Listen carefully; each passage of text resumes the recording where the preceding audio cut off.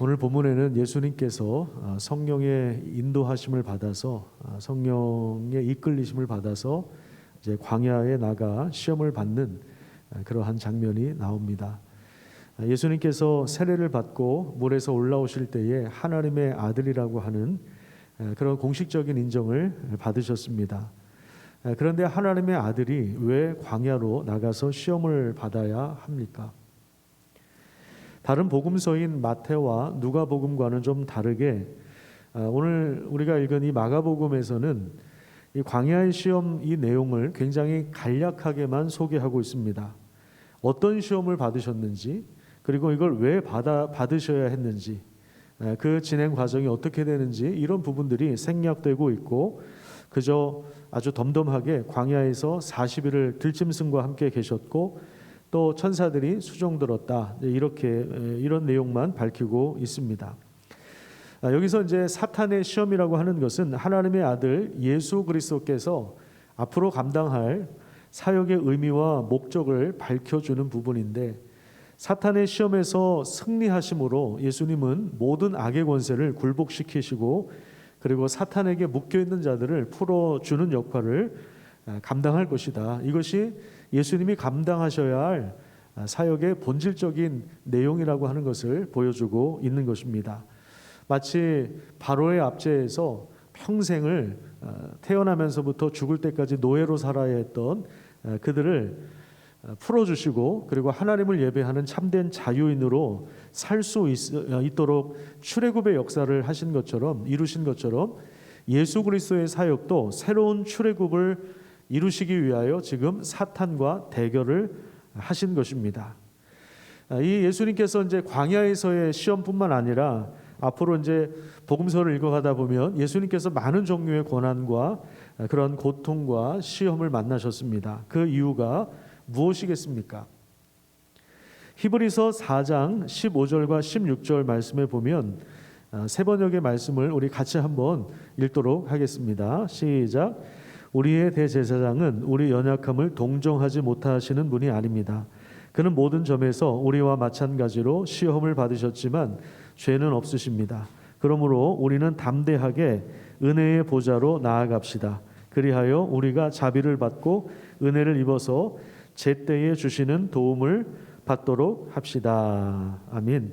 자, 예수님은 모든 점에서 우리와 마찬가지로 무엇을 받으셨다고 이야기합니까? 시험을 받으셨습니다. 다시 15절을 좀 띄워주십시오.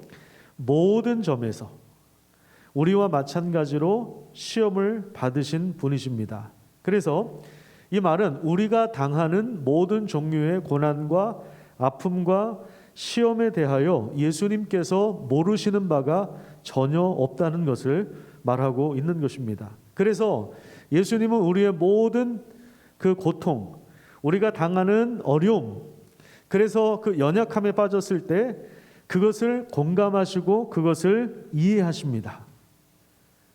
내가 좀 답답할 때가 언제냐면, 나는 지금 이런 고통을 당하고 있어요. 나에게는 좀 이런 문제가 있어요. 그런데 내가 이 이야기를 옆에 사람한테 했는데 전혀 공감하지 못할 때, 그때는 더 이상 얘기하고 싶지도 않고 위로가 되지도 않죠. 그런데 내가 어떤 아픈 문제를 붙잡고 씨름하는 가운데 내가 그 얘기를 다른 사람한테 이야기를 하자마자 그 사람이 나도 그런 적이 있어 하면서 자기의 경험을 막 얘기해 주면 거기서 이제 동질감이 생기잖아요. 그러니까 문제가 해결되지 않는다 할지라도 내 아픔을 누군가가 이해해주고 공감해주는 것만으로도 굉장한 치유가 되는 것입니다. 모든 점에서 예수님은 우리와 마찬가지로 시험을 받으셨지만 죄는 없으신 분이다. 이렇게 히브리서에서 말씀하고 있습니다. 그러니까 예수님은 우리의 모든 연약함을 공감해 주실 뿐만 아니라 이해하십니다. 그것을 외면하시거나 모른 척하지 않으십니다.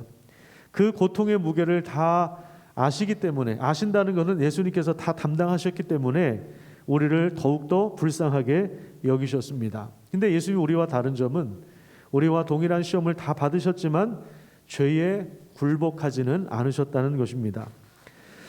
또한 예수님께서 광야에서 들짐승인 야생동물과 함께 계셨던 이 장면을 소개하고 있죠.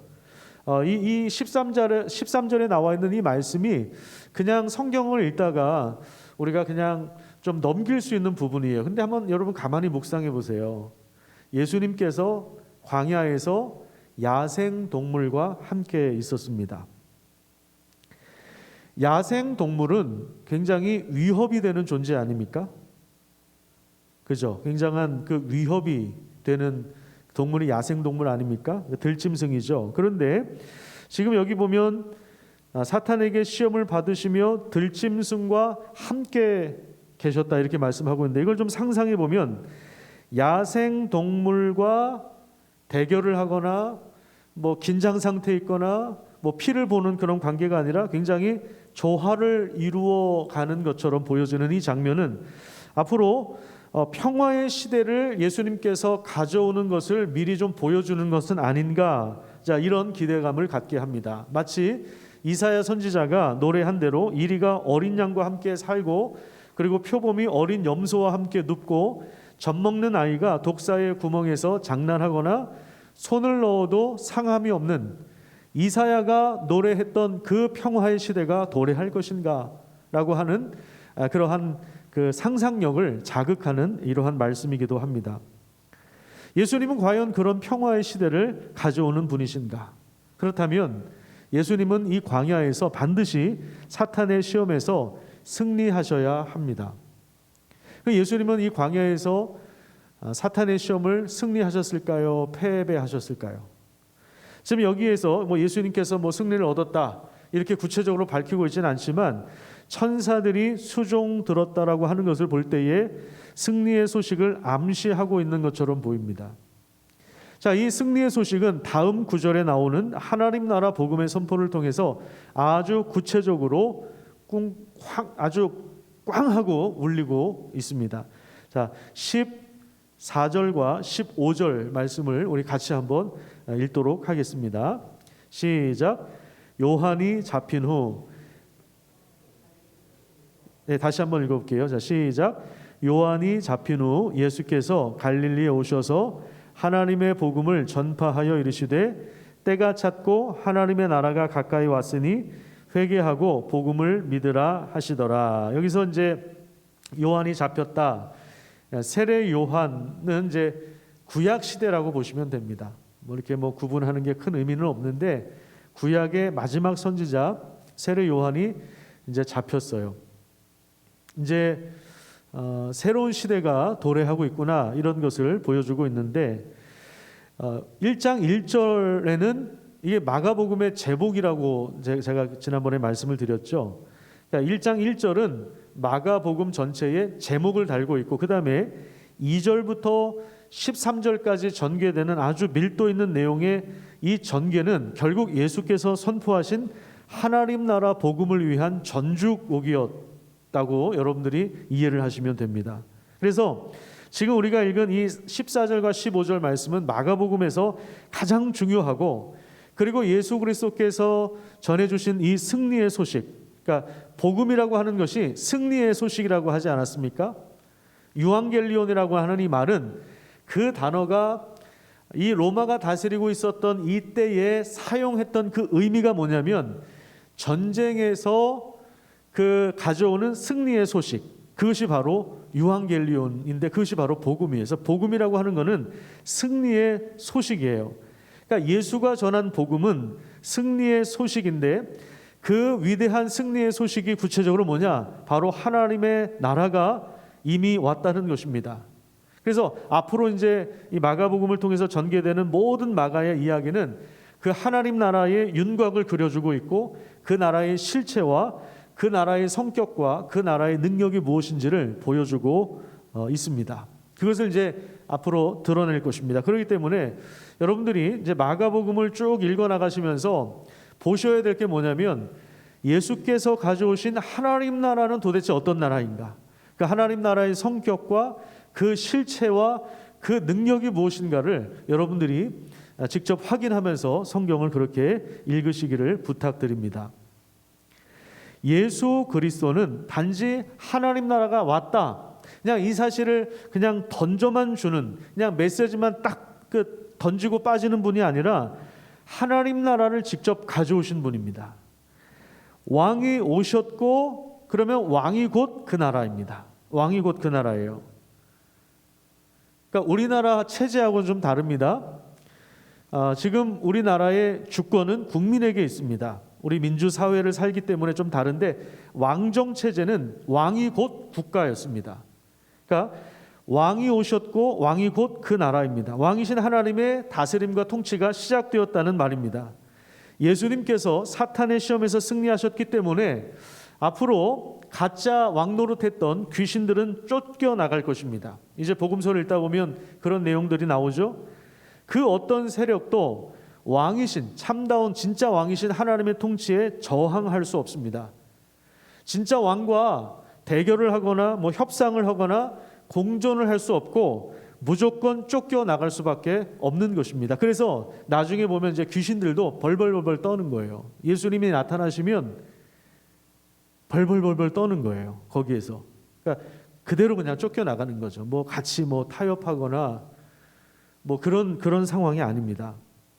그래서 하나님 나라라고 하는 것은 늘 말씀드리지만 지리적인 장소로서의 어떤 영역으로 제한하거나 한정을 둘 수 없습니다. 그래서 하나님 나라는 여기 있다 저기 있다 못하는 것입니다. 하나님 나라는 왕이신 예수 그리스도 그분 자체이며, 그리고 하나님의 통치이며 다스림인데, 그 나라가 이미 왔다고 예수님께서 지금 선포하고 있는 거예요. 그 나라가 이미 왔고, 그리고 장차 예수님께서 다시 오실 때 그때 완성된다고 이제 복음서에서는 그렇게 윤곽을 그려주고 있는 것입니다. 그러니까 우리는 어떤 시대에 지금 살고 있는가? 하나님 나라가 이미 왔지만 아직 완성되지 않은, 이미와 아직의 그 긴장 상태에서 우리가 살고 있습니다. 그래서 우리는 하나님의 통치 앞에서, 왕이신 하나님 앞에서 회개하는 것이 굉장히 중요합니다. 우리 인생에 있어서 가장 중요한 것은 바로 회개하는 것입니다. 회개하는 것은 돌이키는 것입니다. 그래서 하나님께로 돌아가는 것, 돌이키는 겁니다. 나를 중심으로 놓고 살던 삶에서 벗어나서 하나님께로 돌아가는 겁니다. 그저 과거를 후회하거나 반성하는 차원을 넘어서서 하나님의 통치 안으로 들어가는 거예요. 이것이 회개입니다. 복된 소식을 들은 자의 합당한 자세는, 진실한 응답은 바로 이러한 믿음이라고 할 수 있습니다. 이 귀한 소식을 믿음으로 받아들이는 거예요. 하나님 나라가 가까이 왔으니, 이건 하나님 나라가 이미 도래했으니 너희는 어떻게 하라고요? 회개하고, 그러니까 돌이키고, 죄에서 돌이키고, 그 다음에 어떻게 하라고요? 복음을 믿으라. 이 귀한 소식을 믿음으로 받아들여야 된다.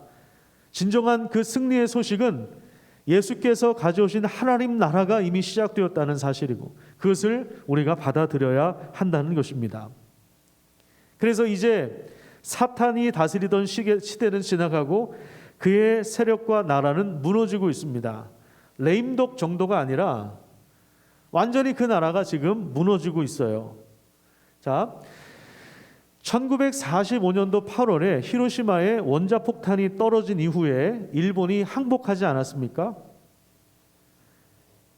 그래서 우리나라에 들어와 있는 서슬퍼런 경찰들, 일본 경찰들과 군인들과 또 여러 언론들과 그 세력들과 그 정치하는 사람들과 그리고 백성들의 삶과 문화 속에서 깊이 자리 잡고 있는 그런 어떤 일본의 힘, 일본이 우리를 압제하면서 36년 동안, 아니 그 이상을 눌렀던 그 문화적인 힘, 그 권세, 그것이 완전히 빠져나가기까지는 또 한참의 시간이 필요로 하겠지만, 일본이 항복을 했다라고 하는 것은 결정적인 시대가 왔다는 것을 의미하는 거예요. 결정적인 사건을 보여주는 거예요.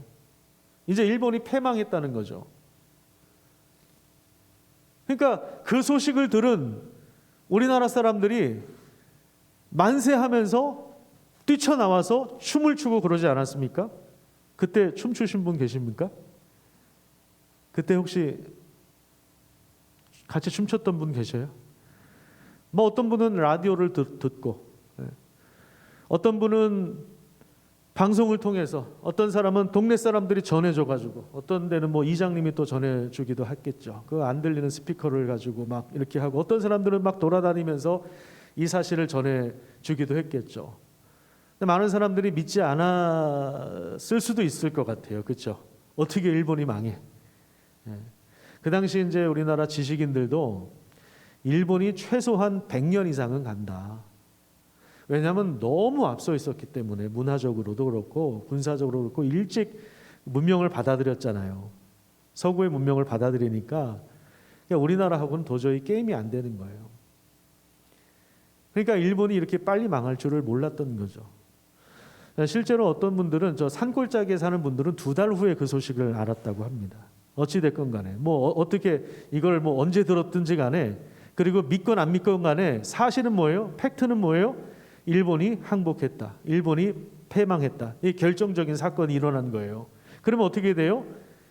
일본의 세력이, 우리나라를 주름잡고 있던 세력이 어떻게 되겠어요? 급격하게 약화되겠죠. 급격하게 물러나고 약화되고. 그래서 이제 일본은 망한 거죠. 망했지만 여전히 망해가고 있는 거죠. 그러면 여러분, 이 소식을 정말 받아들였다면, 이 소식을 정말 믿었다면, 그럼에도 불구하고 친일 행각을 하는 사람이 있을까요? 그럼에도 불구하고 일본 화폐를 모으고 친일 행각을 하면서 일본 사람들한테 잘 보이려고 하는 그런 사람이 있다면, 그 사람은 굉장히 어리석은 것이죠. 시대를 잘못 읽고 있는 것입니다. 하나님 나라도 마찬가지입니다. 정말 우리가 14절, 15절 말씀을 정말 우리가 믿음으로 받아들인다면, 이 사실이 실제라는 것을 정말 받아들인다면, 그러면 더 이상 우리는 사탄의 나라, 이미 하나님으로부터 정죄를 받고 심판을 받은 그 나라나 문화나 화폐나 그 어떤 가치를 탐하지 않는 것이 정상입니다. 왜요? 그쪽 편에 설수록 불리해지기 때문에 그렇습니다.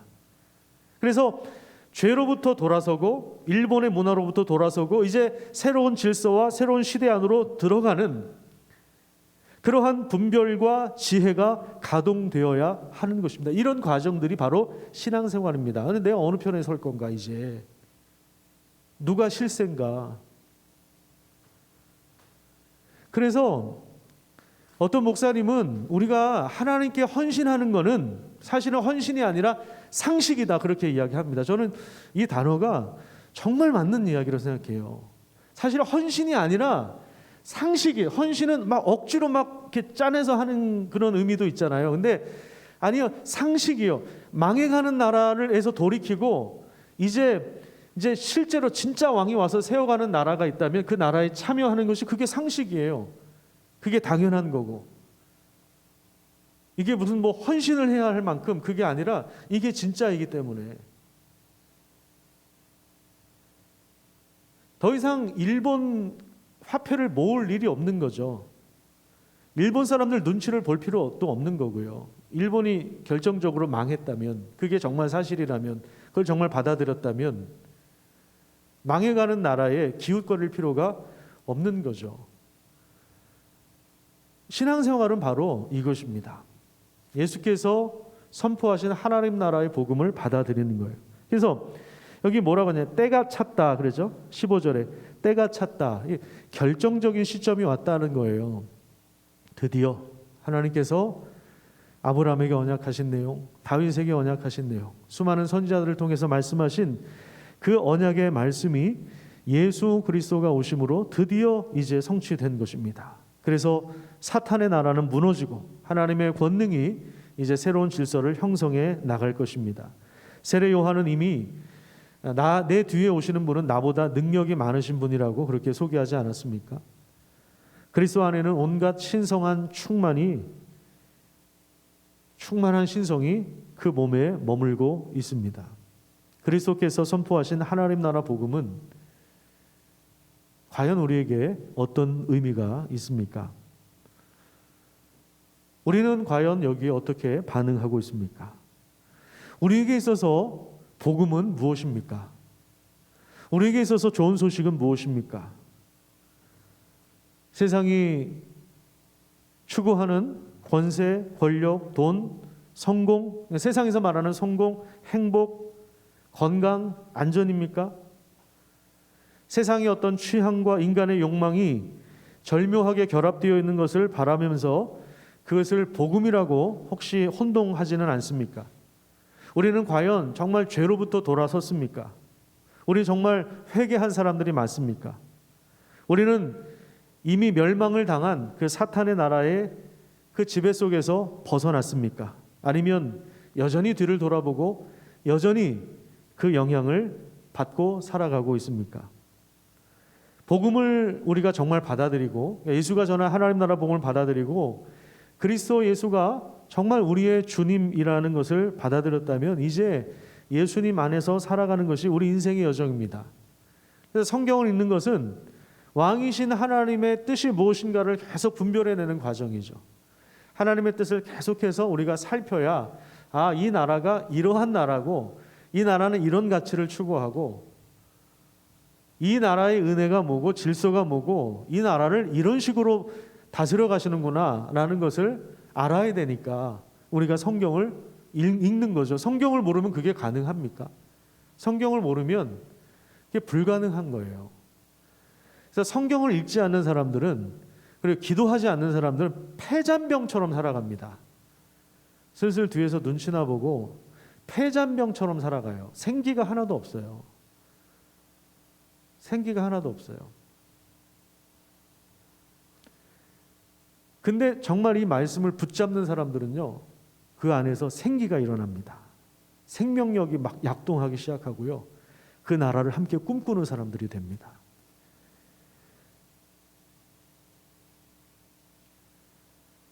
그리스도와 함께 우리 인생의 여정을 시작하고 있는 것입니다. 그렇다면 우리 예수님 안에 깊이 뿌리를 받고 세움을 입어서 가르침을 계속해서 받아들여야 됩니다. 하나님 나라 복음의 내용을 받아들이고 살아내야 하는 것입니다. 골로새서 2장 6절에서 10절 말씀을 우리 세 번역으로 한번 읽도록 하겠습니다. 천천히 한번 여러분들의 화면을 음미하면서 말씀을 묵상하면서 한번 읽어보시길 바랍니다. 우리 같이 한번 읽어볼게요. 시작. 그러므로 여러분이 그리스도 예수를 주님으로 받아들였으니 그분 안에서 살아가십시오. 자, 누구 안에서 살아가라고요? 그분 안에서. 왕이신 예수 그리스도 안에서 살아가십시오. 그다음에 7절 시작.